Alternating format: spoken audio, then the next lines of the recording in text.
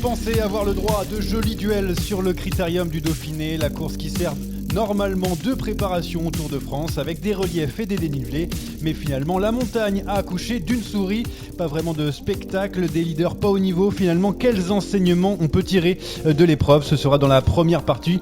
Puis ensuite, on aura le droit, encore une fois dans sa déraille, à un invité de prestige, Guillaume Martin, le leader de la Cofidis, sera avec nous à un petit instant. Et enfin, pour finir, on s'intéressera à un autre Français, David Gaudu. Le Français a montré qu'il était au niveau des meilleurs. Est-ce que c'est bon signe avant le Tour? Et il y aura bien sûr les rubriques habituelles, on n'attaque pas, la giclette, le quiz et les paris.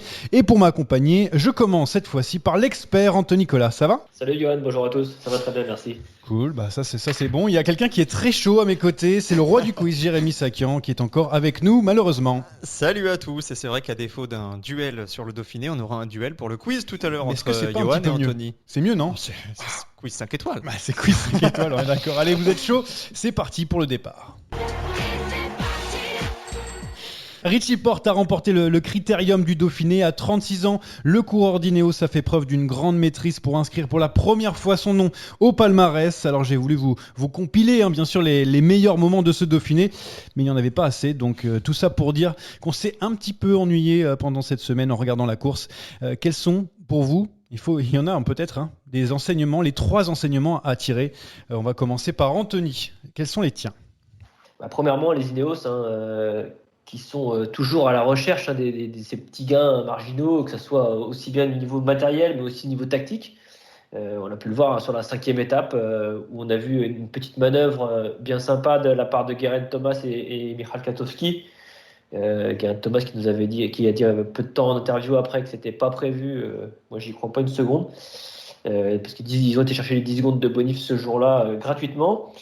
Je vais aussi noter la performance de Valverde, seulement qui a 41 ans, vient gagner une étape au nez à la barbe de Tao Gegenhardt, avec un beau sprint final en montée.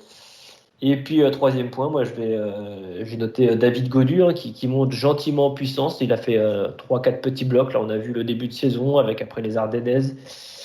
Et puis maintenant, on l'a vu sur ce Dauphiné quand même suivre les meilleurs et même attaquer, se tester. Je pense qu'il sera pas mal dans 3 semaines pour le Tour, David Gaudu. David Gaudu, on y reviendra bien sûr dans la dernière partie du jour. Jérémy, tes 3 points. Alors mon premier point, et je pense le plus important, j'ai la sensation qu'en l'espace de 2 courses, c'est-à-dire le Giro et le Dauphiné, la Bahreïn est devenue la nouvelle Jumbo, alors que ce soit sur le plan des résultats et surtout sur le plan des critiques. On en reparlera, ces critiques sur les réseaux sociaux et en interne dans le peloton. Mon deuxième point, ça rejoint un petit peu aussi celui d'Anthony sur l'équipe Ineos, après la Romandie, après le triplé en Catalogne, après le Giro, maintenant le Dauphiné. C'est vraiment en train de redevenir un rouleau compresseur sur les courses par étapes. Et mon troisième point, il sera un petit peu critique à l'égard du Dauphiné. Tu l'as dit, on s'est ennuyé et j'ai l'impression que le Dauphiné est une course qui devient sans relief, avec souvent des victoires de second couteau, et j'en suis très attristé.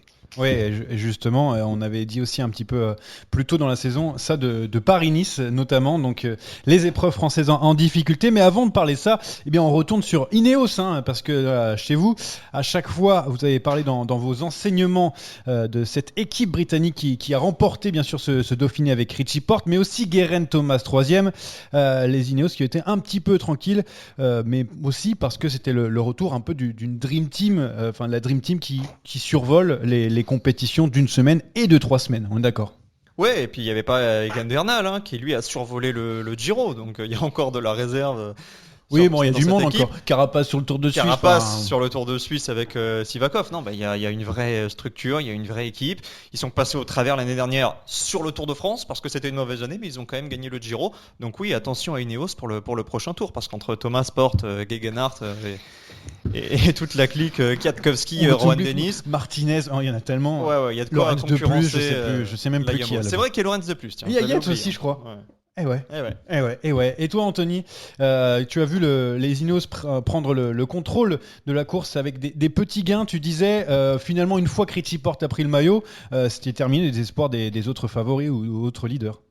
Richie Porte, il a pris vraiment le maillot, on va dire, au bon moment, quoi. On a l'impression que tout est calculé, tout roule. à la Ineos, il n'y a pas d'affolement. On a vu Geraint Thomas plutôt milieu de semaine justement se replacer un petit peu, enfin reprendre ce temps-là avec cette petite manœuvre là sur ce demi-tour, sur cette épingle, où vraiment il gagne et après. Un cas d'école. Et moi je suis d'accord avec toi, c'est totalement préparé en amont. Ça. Ouais, je ne crois absolument pas à la thèse de rouge, l'improvisation. À la flamme rouge, on voit très bien Katowski qui cherche du regard et puis on le voit se retourner, limite freiner, s'écarter et bon, il laisse c'est de justesse mais ça passe. Mais aussi pour revenir sur la Ineos, la grosse force d'Ineos, c'est que quand ils s'alignent sur une course à étapes d'une semaine ou même 3 semaines, comme on l'a déjà dit pour le Giro, ils ont dans leur rang au minimum 2 coureurs, 2 leaders. C'est-à-dire qu'ils ont au minimum 2 coureurs capables de gagner. Là, ils avaient Geraint Thomas et Richie Porte qui paraissaient quasiment de même niveau, même s'ils n'étaient pas exceptionnels, ils étaient quand même très forts. Et ça pèse à chaque fois dans la balance, c'est d'avoir plusieurs personnes, comme sur le Giro aussi, où on avait dit que Martinez était très fort, aussi comme Bernal. C'est quand même une force de l'équipe, c'est d'avoir, on va dire, un leader de rechange, quoi. Et puis ça ouvre d'autres options tactiques, pendant que certains marquaient Geraint Thomas, Richie Porte était parti avec Enric Mas. Et ça, c'est intéressant aussi pour les directeurs sportifs. Ouais, beaucoup de victoires cette saison sur le Tour de Catalogne avec Adam Yates. Il y a eu donc le Tour de Romandie avec Geraint Thomas et maintenant le Critérium du Dauphiné avec Richie Porte, plus le Giro d'Italia. Enfin voilà, à chaque fois, quand ils arrivent avec une équipe capable de gagner, ça fait filoche pour nos amis d'Ineos. Mais il y avait quelqu'un qui était encore plus fort qu'Ineos. Encore plus fort qu'Ineos ce week-end, c'est Marc Padoun, le coureur de la Bahrain Victorious. Tu l'avais dit dans tes 3 points tout à l'heure, Jérémy. Il a tout simplement volé en montagne 2 victoires d'étape pour le Crinien coup sur coup. On ne l'avait pas vu venir celle-là, on est d'accord ? Non, on ne l'avait pas vu venir. Après, Marc Padoun avait de belles références. On savait que c'était un bon espoir. De là à s'imposer, moi c'est surtout l'étape de samedi en fait qui m'a surpris. Parce que sur cette arrivée à la Plagne, il est sorti en costaud, à la pédale, avec tous les favoris. Il a distancé Kuss, il a distancé Porte. Et le lendemain, il a encore l'énergie pour partir dans l'échappée et aller s'imposer au jet. Donc bravo à lui, mais c'est vrai que malheureusement, ça n'empêchera pas les gens de soupçonner, parce que c'est un petit peu inattendu, parce que c'est une performance relativement élevée en termes d'analyse de puissance. Donc nous, on n'est pas là évidemment pour l'accuser quoi que ce soit, on est simplement là pour constater que ces 2 victoires-là, elles ne font pas l'unanimité dans le peloton. Oui, justement, on va écouter les réactions dans le peloton. On a eu David Gaudu qui est de la même génération que Marc Padoun et Julien Jourdi sur l'Ukrainien qui a failli battre le record de Pantani dans Jouplan, 34 minutes 53 à la place de 34-20 pour l'Italien qui marchait pas forcément à l'eau à l'époque. Voilà, donc dans le peloton. Faire des amis là. Non, pas du tout. C'est juste une constatation pour Marco Pantani. Mais voilà, juste dans le peloton, voilà ce que disait David Gaudu et Julien Jourdi, le directeur sportif d'AG2R Citroën. Ouais, c'est sûr que c'est surprenant de le voir sortir du chapeau un peu ces 2 derniers jours. Après voilà, c'était peut-être son moment de sa carrière sur ces 2 journées. Je vais me mettre au régime aussi, je pense que je monterai les bosses plus facilement. Après voilà, je sais qu'il a perdu beaucoup de poids, mais c'est vrai qu'il a fait un week-end assez impressionnant. Si Julien Jourdi dit ça, c'est parce que lors de son explication sur sa forme, il avait perdu un peu de poids. Il a dit 4 kilos. Anthony, toi, quand tu l'as vu dominer comme ça, c'est quoi pour toi, t'es suspicieux ou est-ce que tu te dis, voilà, c'est l'éclosion d'un futur grand ? Il a que 24 ans. Ouais, 24 ans, effectivement, il a quelques références en contre-la-montre. Après, oui, il dit qu'il a perdu du poids. Moi, je veux pas, suspicieux. On est dans un. Maintenant, on a des suspicions, on peut avoir des suspicions de chaque coureur qui commence, qui marche.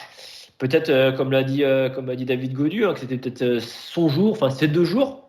Il a réitéré le lendemain.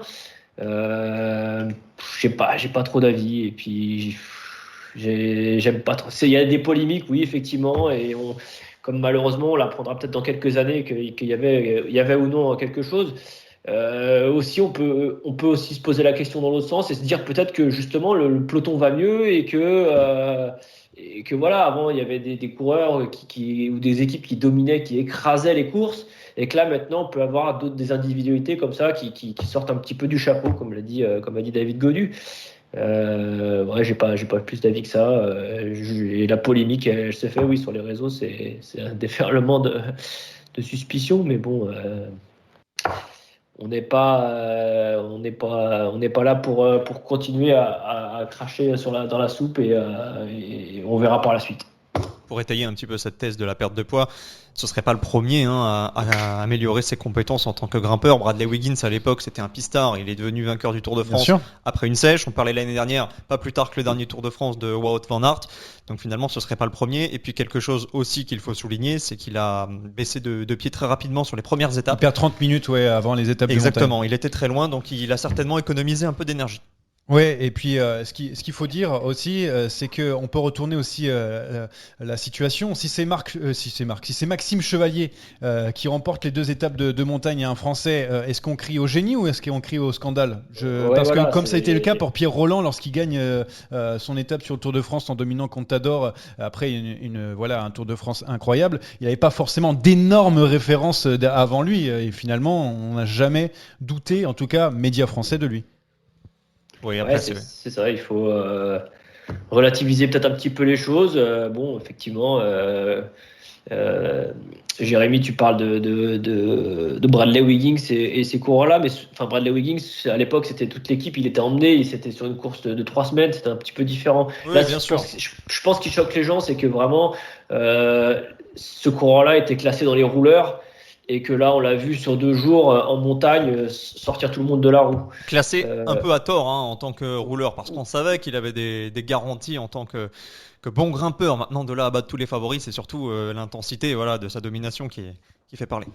Oui, justement, d'ailleurs, les favoris qui étaient là sont peut-être pas au niveau, en tout cas sur ce critérium du Dauphiné. On a remarqué et on a un petit peu regardé, il n'y a pas vraiment eu de bagarre, il n'y a pas vraiment eu d'attaque, surtout avec des victoires entre guillemets de second couteau, Van Moer, Postelberger et Padoun. Jérémy, en plus tu le disais en tes 3 points, est-ce que c'est pas aussi parce que les leaders n'étaient pas au niveau et donc ont pris ça par-dessus la jambe et le Dauphiné est devenu un peu une course entre guillemets secondaire, surtout qu'il n'y avait pas Roglic ni Pogačar, les favoris pour le Tour de France? On le saura sur le Tour. Une chose est certaine, pour gagner le Tour de France, c'est délicat d'être en pic de forme dès le Dauphiné. On le sait, il ne faut pas être trop fort trop tôt. Et rares sont les coureurs à avoir réussi ces dernières années un doublé. L'année dernière, c'est Martinez qui s'est imposé. Qu'a-t-il fait sur le Tour de France? Pas grand-chose. Une victoire d'étape quand même. Mais je suis sa victoire. Non, mais félicitations à lui. Mais sur le classement général, il a complètement coulé. Donc il y a eu aussi des circonstances atténuantes. Mais les vérités du Dauphiné, on le dit souvent, sont rarement celles du Tour. Et on aura davantage d'informations sur la condition de chacun sur le Tour. Surtout, Roglic est au repos. Pogačar va sur le Tour de Slovénie. D'ailleurs, plusieurs coureurs me disaient que des fois, c'est bien de se cacher, entre guillemets, avant le Tour de France, d'être un peu plus au repos, au calme, parce qu'il y a quand même une pression médiatique qui arrive quand on est sur les routes françaises. Et puis, il y a aussi les Jeux Olympiques, juste derrière ce Tour de France. Anthony, toi, c'est pour toi, enchaîner Tour de France JO avec un pic de forme, un petit pic de forme sur Critérium de Dauphiné, c'est tout simplement inenvisageable. Toi, t'en as eu combien de pics de forme dans ta carrière déjà? 1, 2 maximum?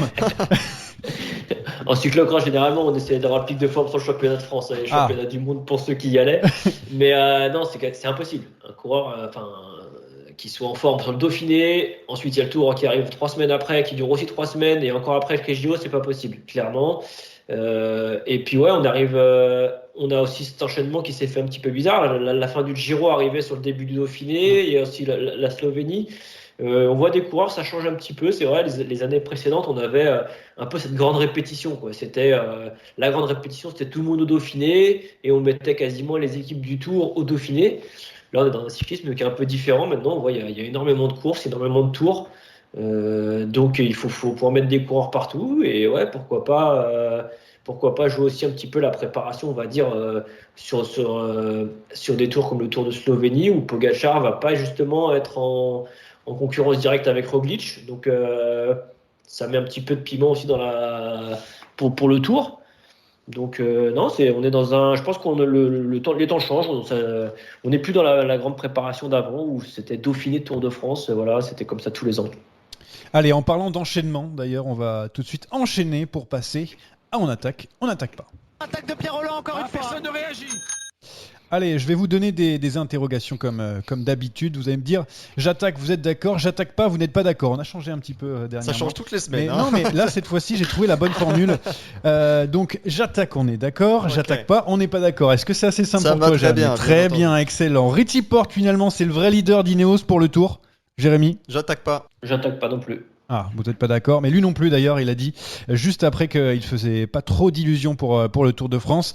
Romain Bardet qui ne va pas au jeu, c'est une bonne chance, non? J'attaque pas non plus. Anthony? Non, j'attaque pas non plus. J'ai lu là, tout à l'heure là, qu'il avait des objectifs sur la Vuelta par rapport à son équipe. Comment ça tout à l'heure? Sur l'équipe, tu veux dire? Parce que mon peloton Non, l'a sorti quand même il y a quelques jours, donc me dis pas que tu regardes pas mon peloton, Anthony. J'ai lu sur mon peloton et j'ai eu une alerte officielle tout à l'heure, donc je finalisais ma lecture. Oui, je suppose que c'est ça. Tom Dumoulin, de retour sur le Tour de Suisse, il va réussir son pari de ramener une médaille de Tokyo. J'attaque ou j'attaque pas? Moi, j'attaque toujours pas. Eh ben dis donc, Anthony? Non, moi j'attaque pas non plus, mais moi si j'attaque, je pense qu'il il va arriver avec de la fraîcheur et qu'il va être capable de ramener une médaille de Tokyo. Jérémy, toi, t'attaquais Non, pas? je crois pas parce que j'ai vu son chrono hier sur le 16e Tour de Suisse. du chrono. Ouais, il se fait battre par Carapace quand même. Carapace, il va gagner le Tour de France. Hein. Non, mais évidemment, il va progresser, mais le temps de préparation me semble un peu court pour Dumoulin. Allez, la dernière, elle est cadeau, c'est là. À travers le Hagland, c'est vachement mieux que le Dauphiné, non? Il y a on te qu'Anthony laisse, hein. normalement qui. Ouais, j'attaque. Ah oui, t'attaques. Oui, bien évidemment que c'est mieux. Et, quand on a vu, j'ai vu une image pas belle, pas jolie. J'ai vu Danik Tibar qui est assez lourdement chuté. On lui souhaite un prompt rétablissement. Je vais y arriver. Toi aussi, t'as chuté, Tant non qu'il- là sur ce- J'espère qu'il n'y ait pas eu trop de bobos, mais j'ai vu pas mal de vernis arraché. Remets-toi toi aussi, On coupera remets-toi. au montage, hein, Johan. Repose-toi. Non, on coupera pas évidemment. On coupera pas. Allez, on a parlé du Dauphiné et maintenant on va s'attaquer aux Français. Et il y en a un qui a été déçu sur cette semaine. Le leader de la Cofidis, Guillaume Martin, est avec nous juste après ça. 220 km d'échappée, une arrivée solitaire, un exploit dont il faudra bien se rappeler tout au long de la saison. 220 km d'échappée, une arrivée solitaire, un exploit dont il faudra bien se rappeler tout au long de la saison. Merci Guillaume Martin d'être avec nous aujourd'hui, surtout dans cette journée médiatique pour toi. Bonjour Guillaume. Bonjour. Bon alors, après ce Dauphiné difficile, et tu l'as dit décevant pour toi, avec une chute et une 20e place au général au final, c'est la déprime après le Dauphiné à 3 semaines du Tour ou ça va?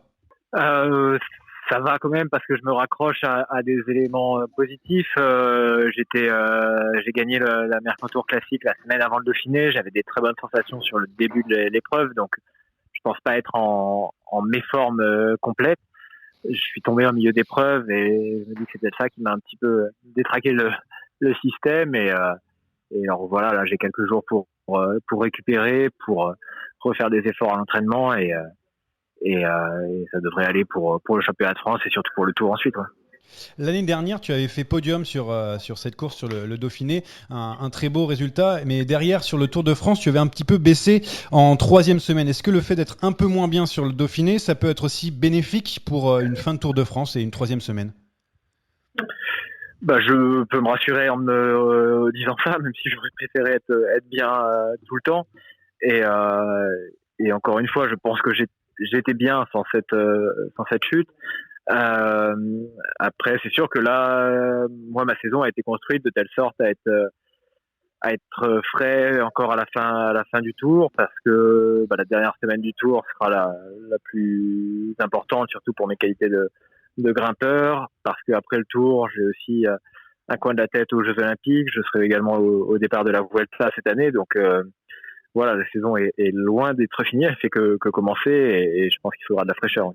Et justement, ce début de saison avec ces pépins physiques au début, et puis ce retour, cette belle victoire au Mercantour classique, et puis ce Dauphiné, comment tu l'analyses maintenant qu'on est à mi-saison quasiment et avant le Tour de France, mi-figue, mi-raisin, on est dans les fruits? Oui, c'est ça. J'avais l'habitude par le passé d'être très régulier et de faire peut-être moins peu de coups d'éclat. Cette année, c'est un peu l'inverse. J'ai un peu des trous dans ma saison, mais j'ai d'autres moments où ça va très bien. C'était le cas sur Paris-Nice et donc sur ce Mercantour où j'ai pu lever les bras de nouveau. Donc, si je continue à être mi-figue, mi-raisin pendant le Tour et que ça me permet de gagner une étape mais en terminant 25e au classement général, je signe quand même. Justement, Anthony avait une question par rapport à ça. Je te laisse la poser, Anthony. Ouais, salut Guillaume. Tu m'as un petit peu spoilé sur ma question. Du coup, c'était justement sur ce Tour 2021. Quel va être ton objectif? Est-ce que tu vas plutôt viser une victoire d'étape ou le classement général ou le classement de la montagne? Pour la première année, je pense que je vais un peu me détacher du classement général et je vais me concentrer sur la victoire d'étape. Après, le classement de la montagne, c'est un objectif qui peut venir avec, mais c'est difficile de se le mettre en tête dès le début. En revanche, victoire d'étape, oui, ce sera le fil rouge de ce tour. Mais tu as changé d'avis par rapport à ce début de saison ou est-ce que après le Tour de France dans le passé où tu n'as pas réussi à rentrer dans les 10, tu t'es dit j'ai envie quand même de gagner une fois sur le Tour avant de pouvoir revenir sur le Tour de France et jouer un bon classement général? C'est plutôt le parcours qui a décidé ça. On a beaucoup de chronos cette année, un parcours moins montagneux que l'an dernier, donc qui me convient peut-être un peu moins bien. On est aussi donc dans une année olympique et je pense que faire le général du Tour, être concentré tout au long des 3 semaines, ça risque peut-être de m'enlever un peu de fraîcheur en prévision des JO. Donc voilà, c'est un peu conjoncturel en fait. Tu spoil les questions un petit peu de tout le monde. Jérémy, je crois aussi qu'il y avait une question par rapport aux Jeux Olympiques. Non, la transition est parfaite. C'est vrai, Guillaume, tu as beaucoup parlé de ces Jeux Olympiques. Est-ce que tu es prêt à endosser le costume du leader avec les Bleus? On a vu ce que tu étais capable de faire l'année dernière sur les mondiaux. Il n'y aura pas Alaphilippe, il n'y aura pas Bardet. Est-ce que c'est ton tour? Bah, déjà, c'est pas à moi de le dire. Moi, Non, mais on se posera la question à déjà, Thomas. la sélection, elle est pas, il y a rien d'officiel pour l'instant. Mais si on te propose le rôle? Je suis prêt à l'endosser. Si on me propose le rôle, oui, je suis prêt à l'endosser. Je suis leader de mon équipe et c'est un rôle que j'affectionne, auquel je suis habitué, donc c'est pas quelque chose qui me fait peur, si c'est ça la question. Et le parcours te convient? Je suppose que tu as dû regarder. Il n'y a pas forcément d'arrivée en altitude, il y a beaucoup de cols. Mais est-ce que le parcours te plaît sur le papier? Bien sûr. Alors donc j'ai pas été au Japon, Oui, mais évidemment. j'ai des connaissances qui ont été faire l'épreuve pré-olympique et qui m'ont dit que c'était vraiment dur et que ça pouvait correspondre à mes qualités. Donc oui, c'est un parcours qui peut me plaire et généralement je suis aussi en bonne forme une semaine après un grand tour, donc le timing peut être bon. C'était le cas l'an dernier avec l'enchaînement tour championnat du monde et donc en tout cas je ferai tout pour être là-bas et aller chercher le meilleur résultat possible pour l'équipe de France. Bon, pour finir avec ces questions, rassure-nous, les indicateurs ils sont bons à l'entraînement. Est-ce que tu es quand même en forme parce que après ce critérium du Dauphiné, tu nous as fait un peu peur en tombant au sol. J'espère que tu es bien présent, comme les années passées, comme tu progresses d'année en année d'ailleurs. Oui, alors à la suite du Dauphiné, là, il n'y a pas assez de temps qui s'est écoulé pour que je puisse vous répondre. J'ai pas eu le temps de remonter sur le vélo, mais avant ce Dauphiné, là en stage, j'avais de très bonnes sensations et j'étais plus que dans les temps, donc il n'y a pas d'inquiétude particulière et voilà, je vous le redis, je serai au rendez-vous du Tour et des championnats de France et des JO plus tard. Guillaume, avant de partir, tu restes 2 petites minutes avec nous. On te garde un tout petit peu pour la partie la giclette. Tu vas voir, c'est des petites questions qui sortent un peu de l'ordinaire, c'est rapide et c'est toujours cool à faire. C'est parti, boum, la giclette est là, on l'attendait. Jérémy Sakian, Guillaume Martin est à toi. Oui, Guillaume, je vais te faire des propositions et tu devras me donner un nom parmi tes coéquipiers de l'équipe Cofidis qui correspond le mieux à la proposition que je vais te faire. Quel est le coéquipier chez Cofidis qui est le plus chambreur? Le plus chambreur, je dirais Anthony Pérez, je pense. Quel est le coéquipier le plus travailleur? Le plus travailleur, Pierre-Luc Perrichon a un côté très méticuleux et à vouloir tout maîtriser, tout contrôler. Donc je dirais Pierre-Luc Perrichon. Qui a prolongé avec Cofidis d'ailleurs, Pierre-Luc Perrichon dernièrement. Ouais. Cette fois-ci, il va falloir un petit peu balancer. Qui est le plus fêtard? Le plus fêtard, je pense que sous ces airs un peu de tout calme et de genre idéal, le coureur Simon Geschke qui vient d'arriver dans l'équipe cette année, à mon avis, il cache un bon fêtard. Ouais. Que des coureurs qui ont prolongé, que tu nous donnes jusque-là. Non, mais Et puis de mon groupe de grimpeurs, évidemment. Ceux que je connais le mieux. Qui était le plus heureux de la victoire de Victor Lafay sur le Giro? C'est dur de dire le plus heureux. On était beaucoup à être heureux et moi j'étais le premier à l'être. Je me rappelle bien de ce jour-là. J'étais sur la table de massage et on était donc en stage en altitude à Isola 2000. Et à la fois, on a le même entraîneur, Samuel Belnou, qui est aussi le responsable de la performance chez Cofidis, et il était évidemment ravi de la performance de Victor, et on a tous vibré en direct devant sa victoire. Ouais, et ça te donnait peut-être une petite idée, parce qu'une victoire sur un grand tour pour Lafay, et pourquoi pas aussi pour toi cet été. T'en as une dernière, Jérémy? Ouais. Je voulais tout simplement demander le meilleur grimpeur chez Cofidis. C'est coéquipier ou lui compris? C'est coéquipier. Ce serait trop facile de dire Guillaume Martin. C'est pour ça. L'effectif grimpeur s'est enrichi cette année, et j'ai cité plusieurs noms qui sont déjà des bons grimpeurs, mais pour en citer un autre qui était aussi en stage avec nous à Isola 2000, Ruben Fernandez, équipier espagnol qui vient d'arriver dans l'équipe cette année, et qui est un super talent en montagne, peut-être méconnu, mais un vrai talent. Merci Guillaume, merci d'avoir participé à cette giclette et d'avoir été avec nous aujourd'hui. On te laisse à tes occupations parce que tu as une journée très chargée. Merci beaucoup. Merci à vous. Allez, on va continuer de parler des Français d'ailleurs, puisqu'on va discuter un petit peu du cas de David Gaudu qui passe sur le grill juste après le jingle du sprint final. Oh le coup de tête! Oh le coup de tête de Marc! Oh le deuxième coup de tête de Rencho! Oh que ça c'est pas bien! Premier Français au général avec une 9e place, maillot blanc sur le dos. David Gaudu a montré de belles choses sur le Dauphiné. David Gaudu d'ailleurs qui tire un bilan positif de sa semaine au Critérium du Dauphiné à notre micro.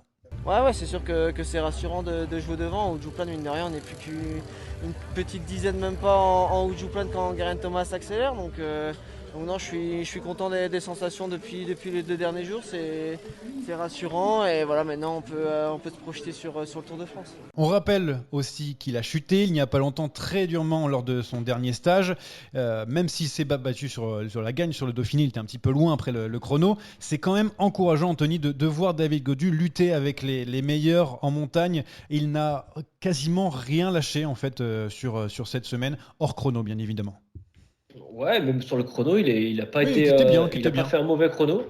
Enfin, il n'est pas dans le top 5, mais il n'a pas fait un mauvais chrono. Et puis, comme je disais tout à l'heure, on est en train de le voir, il a découpé en plusieurs blocs. Il y a eu ce début de saison après Paris-Nice, un petit bloc de préparation, le Tour du Pays Basque avec les Ardennaises.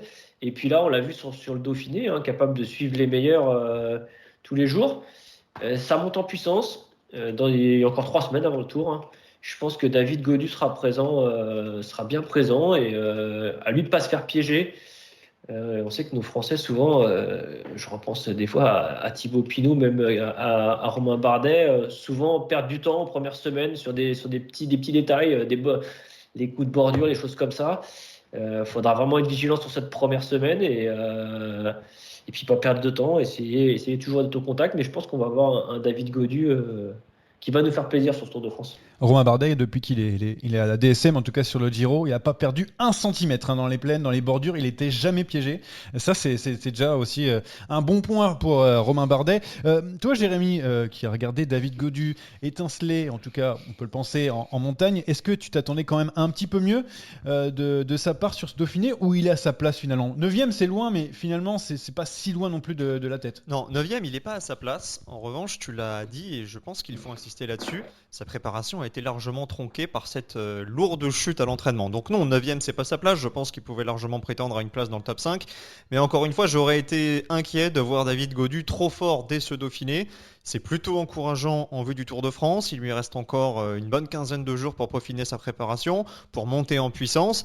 Et moi, ce qui m'inquiète, c'est pas forcément sa forme, c'est surtout le parcours. Alors c'est vrai qu'il limite la casse sur le chrono, malgré tout, il perd du temps, il en perdra par rapport à Roglic, par rapport à Pogačar. Donc dans l'optique d'un podium, d'un top 5, ça me semble un petit peu compromis, mais j'ai de bons espoirs pour un top 10 sur le Tour de France pour Gaudu. Ouais. Finalement, Guillaume Martin l'a dit tout à l'heure, il ne jouera pas le classement général sur le Tour de France. Il ne nous reste plus que David Gaudu finalement pour lutter avec les meilleurs sur la grande boucle. Anthony, on voit personne d'autre. Il n'y aura que lui qui pourra viser un top 10, un top 5, que sais-je. Clairement, oui, je vois que David Gaudu aujourd'hui capable de viser un top 5 ou un top 10. Hein. Et si on regarde un petit peu comme le Critérium Dauphiné, le podium est pas très très loin. Hein. Il est 9e à 1,12 et le podium, Geraint Thomas, c'est à 30 secondes. Donc il n'est pas non plus. Il n'est pas très loin. Il y a eu un chrono, il a perdu du temps sur le chrono, il a su limiter la casse et en gagner sur d'autres étapes. Effectivement, sur le Tour, oui, pour moi sur le Tour, il est notre seul espoir français. Pour le classement général, pour moi, c'est David Gaudu. Alors, pour la petite anecdote, le dernier maillot blanc, tiens, petit quiz, dernier maillot blanc sur le Dauphiné français, c'était qui ? Ah, je vous le donne. Roland ? Non, c'est pas Pierre Roland, c'est un Pierre quand même. Ah, c'est un Pierre. C'est un Pierre quand même. Anthony, bon, je te pose pas la question parce que les quiz, c'est pas pour toi. Jérémy. Non, ça me vient pas. Pierre Latour en 2018. Pierre Latour. Et d'ailleurs, qui a fait le doublé au Tour de France, puisqu'il avait été maillot blanc de meilleur jeune de ce Tour de France 2018. Ouais, tout à fait. Donc ça veut dire, normalement, s'il fait la même chose, Gaudu devant Pogacar. Non, mais après, sans blaguer. À quelle place vous l'attendez ? À quelle place tu l'attends, moi, David Gaudu ? Moi, je t'ai dit top 10. Top 10. Top 10. Tu me vends pas mieux ? Bah, si, tu me dis top 10, tu me dis top 10. Top 10, ça veut pas dire forcément 10e, hein. Ah, ça peut être. On dirait moi quand mais... j'essayais de dire, quand on me disait podium, je top dis top 10, il y a le podium dedans. non, mais top 10 minimum. Après, s'il fait mieux, ce sera tout à son honneur. Mais le Tour de France 2021 n'est pas tracé pour un grimpeur, donc ce serait d'autant plus étonnant de le voir en haut de la hiérarchie. Je pense que les deux Slovènes sont intouchables. Je pense que ce sera difficile aussi de battre Geraint Thomas. Mais oui, un top 5, pourquoi pas. Mais je pense qu'un top 10 pour sa première année en tant que leader, ce serait déjà rassurant et ça donnerait raison aussi à l'encadrement de la Groupama FDJ de lui avoir fait confiance. Très bel accent british sur Geraint Thomas au passage. Oui, bien sûr. Anthony, toi, pareil, top 10, tu l'as dit tout à l'heure, top 5, tu vois pas David Gaudu aller jouer, notamment, pourquoi pas, un podium. Moi, j'aime rêver et j'aime les Bleus. Est-ce que d'abord ce pronostic compte dans les pronostics officiels ou pas ? Non, on se trompera plus tard, t'inquiète pas. On a le droit de se tromper sur celui-ci. Non, mais moi j'ai envie d'être optimiste aussi et moi je vais jouer top 5. Et il y a aussi une chose qu'il faut se dire, c'est quand on voit la forme de David Gaudu qui est pour l'instant pas à son pic. On le rappelle, comme il le disait, surtout après sa chute plutôt sur le stage, il va avoir pas beaucoup d'équipiers à côté de lui parce qu'il y a le train d'Arnaud Démare qui sera là sur ce Tour de France. C'est lui le leader, bien sûr, pour aller chercher une victoire d'étape, au moins une victoire d'étape. Si jamais il est fort et qu'on le voit qu'il lutte avec les meilleurs, est-ce que la Groupama FDJ va pas avoir des regrets de ne pas avoir mis un coureur ou deux coureurs de plus à ses côtés pour aller chercher un top 5 finalement ? Non, je crois pas parce que ce ne sera pas à la Groupama FDJ de prendre la course à son compte. Ah bon ? On en a parlé tout à l'heure, il y a Ineos, il y a évidemment la Jumbo-Visma. Il y a Bahrain Victorious maintenant. Il y a Bahrain Victorious, la formation Emirates va pas pouvoir se cacher comme l'année dernière. Et puis on sait très bien comment ça se passe sur le Tour de France. Arrivé en 3e semaine, le 4e court contre le 5e, le 5e court contre le 6e, il y aura des alliances de circonstances. Et puis Johan, je veux bien, mais qui tu veux rajouter dans cet effectif ? On est obligé de mettre un train Jérémy pour Arnaud Démare. Jérémy Sakian, je ne sais même pas s'il tient le prologue. Donc non, la composition est bonne. On verra l'année prochaine. Si David Gaudu réussit à rentrer dans le top 10 avec brio, il aura peut-être plus d'équipiers à son service. Mais chaque chose en son temps, c'est l'année A. On verra ce qu'il est capable de faire. Anthony, toi qui dis objectif, pourquoi pas podium, on ne sait pas top 5. Si jamais il finit 4e à 30 secondes de la 3e place parce que à des moments il lui a manqué un équipier ou deux, est-ce que pour toi ça sera synonyme de regret ou pas ? Bien évidemment, je pense que 4e c'est la plus mauvaise position de toute façon pour un coureur. Il vaut mieux faire 5e. 4e du Tour de France, je pense c'est une grosse déception comme 4e de n'importe quelle grande course. Parce qu'on n'est pas sur la boîte, donc on ne se rappellera pas de nous. Et surtout, s'il lui a manqué un équipier, c'est vrai que l'équipe Groupama, ça va être axé autour d'Arnaud Démare. J'espère juste, non, je veux pas envie, je préfère qu'il fasse 5e à 45 secondes plutôt que 4e à 30 secondes et qu'il lui ait manqué un collègue pour pour boucher un petit trou. Il fera 12e à 30 minutes à cause de toi et puis comme ça il n'y aura pas de Ah, regret. mais s'il fait 4e derrière les deux Slovènes et Thomas, il n'y aura rien à dire. Oui, évidemment. Mais Oui, non, il faut bien chercher la petite non, bête un mais petit peu. Vous cherchez trop la petite bête. Oui, bah, Laissez-le courir, faites confiance à Marc Madio et tout ira bien. Ouais, bah, il y a quelqu'un en qui j'ai pas confiance, c'est Anthony Nicolas parce que dans le quiz il est vraiment nul et justement bah, c'est l'heure du quiz. Jérémy Sakian, alors on va pas se mentir, ça va être une boucherie aujourd'hui. Ça va être un duel, donc vous avez une chance Non, sur deux une de boucherie, gagner. je viens de dire. Déjà, c'est un bon point. Je vais vous demander, messieurs, de vous concentrer. Le quiz, Si ce je suis sera battu, je suis en mal. 2 parties. Pour la première, je vais vous demander aussi de couper Internet, parce que je sais qu'Anthony est régulièrement sur Pro Cycling Ah oui Stats, tout ça. Donc, oui, C'est vrai Attention. Attends on coupe Anthony, tout. attention, pas de triche hein. Ah non, je fais tout. Alors, tout à la première mémoire. partie, ce sera un petit ping-pong. Je vais vous demander chacun à votre tour de me citer un coureur qui est entré dans le top 20 du Dauphiné qui s'est terminé hier. Le premier qui se trompe donne le point à l'autre. Anthony, tu commences. Richie Porte. Richie Porte, bravo, premier.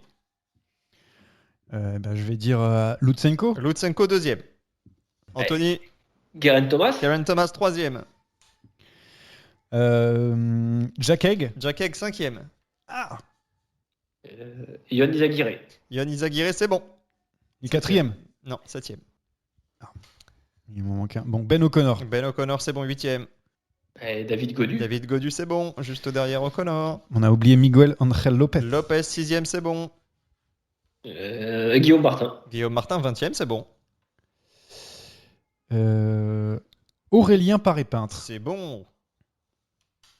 Alejandro Valverde. C'est bon, juste derrière Paré-Peintre d'ailleurs. Henrik Mas. Henrik Mas, c'est bon, 11e. Les taux se resserrent, hein. Il vous manque le 4e, le 10e, le 12e. Wilco Kelderman. Wilco Kelderman, Mais oui, 4e. bien sûr. Bravo Anthony, tu mériterais presque un point bonus, mais tu ne l'auras pas. Nairo Quintana. Quintana, 18e. Il en reste combien là Quelques-uns.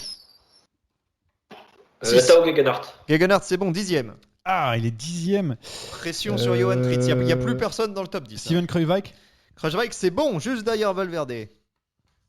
Il en reste 1, 2, 3, 4. J'ai l'équipe, mais. Bon, oui, bah non, évidemment. ça ne marche pas, ça ne marche Évidemment. pas. Allez, un nom, Anthony. Mentiès. Louis Mentis, c'est bon. Ah, non. Il en reste 3. Conrad. Conrad, c'est bon. Bam La pression sur les épaules de notre expert. Je vais sécher, je crois. C'est dur.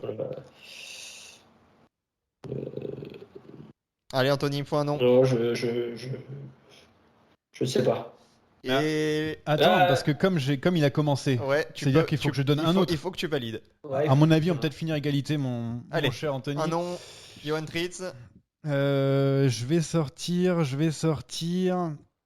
Ah, ça va être dur là. Ça va être très dur. Non, Allez, encore 5 secondes et après, c'est égalité sur ce quiz. Kuss. C'est pas bon. C'était Damien Hausen et Ben Hermans, messieurs. Ben Hermans pour l'Israël Start. On va rester sur le ping-pong, hein, vu qu'il y a eu match nul, avant de passer sur la deuxième partie du quiz. Cette fois-ci, on va prendre le palmarès du Dauphiné. Je veux les vainqueurs depuis 2000. Et cette fois-ci, c'est Johan Fritz qui commence. Richie Porte. Richie Porte 2021. Ah, waouh. J'ai été à chercher. Anthony. Ça. Et j'entends taper sur son ordinateur. C'est possible ça? Anthony éteint ce Minitel. C'est impossible. Depuis quelle année? Depuis 2000. N'essaie pas de gagner du temps. Tu as très bien entendu la question. Daniel Martinez. C'est bon. Eh ben, je vais dire Geraint Thomas. C'est bon.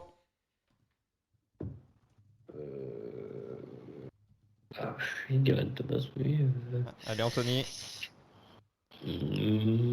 Chris Froome. Chris Froome, c'est bon 3 fois. Ah, du coup, ça compte triple? Non, ça ne compte pas triple. Wiggins.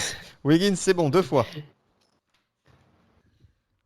Wow. Je vais dire une bêtise, je pense à Egan Bernal. Egan Bernal, c'est une mauvaise réponse. Et cette fois-ci, pas besoin de confirmer ta Mais victoire. je peux continuer, je peux me la péter. Vas-y. Alors, il y a non attribué.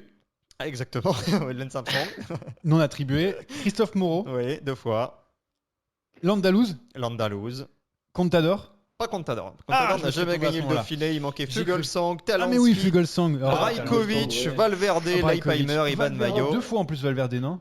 2 fois, 2008-2009 et Hamilton. Moi, également. j'aurais Pas gagné Lewis, si on en attribuait de toute façon. J'allais sortir à la fin pour le plaisir. 1-0 pour Johan Tritz. On va changer de dispositif du quiz. On a beaucoup parlé d'un certain Mark Padoun, un Ukrainien. Je vais vous interroger sur les coureurs ukrainiens. Mais non. Alors, ce sont des coureurs connus. Mais en plus, ils font même pas de cyclocross. Écoutez la subtilité. C'est vrai, il n'y aura pas de cyclocross. Je vais vous donner 3 coureurs à deviner en vous donnant simplement les initiales qui correspondent à un ancien coureur ukrainien ou un coureur actuel relativement connu. Si vous trouvez un coureur autre qui n'est pas ukrainien mais qui a ces mêmes initiales, vous marquez 1 point. Si vous trouvez le coureur ukrainien, vous marquez 3 points. Le premier qui y répond prend le point. Voilà, Johan, tu vas gagner, j'ai pas compris la question. Moi, j'ai compris. En fait, il va donner des initiales. Si on en trouve un autre avec un autre coureur, si vous trouvez un coureur ukrainien qui a ses initiales, c'est 3 points. Si vous trouvez un autre coureur, moi, je suis prêt, qui est en activité, à la retraite, comme vous voulez, c'est 1 point. Premières initiales, AP. Aurélien Paré-Peintre. Aurélien Paré-Peintre, 1 point. Je vais pas viser les Ukrainiens, clairement. Qui mène 2-0. Il y avait Andriy Ponomar, le jeune coureur de l'équipe Androni. Oui, super. On enchaîne avec AG. Adrien Garel. Allez, c'est bon, c'est 1 point. Oui, alors il a fait du cyclocross, lui, non? Non, mais le coureur que je cherchais, c'est Andriy Grifko, notamment passé par l'équipe Astana. Il y avait André Greipel, Andrea Guardini, Anthony Gélin. Oui, mais il est facile, Anthony, il cherche des noms difficiles. La dernière question est doublée, bien entendu, vous le savez. Donc il y a 6 et 2 à récupérer. C'est-à-dire que celui qui gagne cette question l'emporte. SH.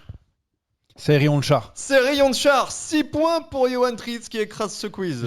J'attendais lui et j'attendais Yuri Christophe. C'est tout ce que j'avais en ukrainien. Ouais, il y avait Yaroslav Popovic. Ah ouais, mais oui, voilà, Yaroslav Popovic.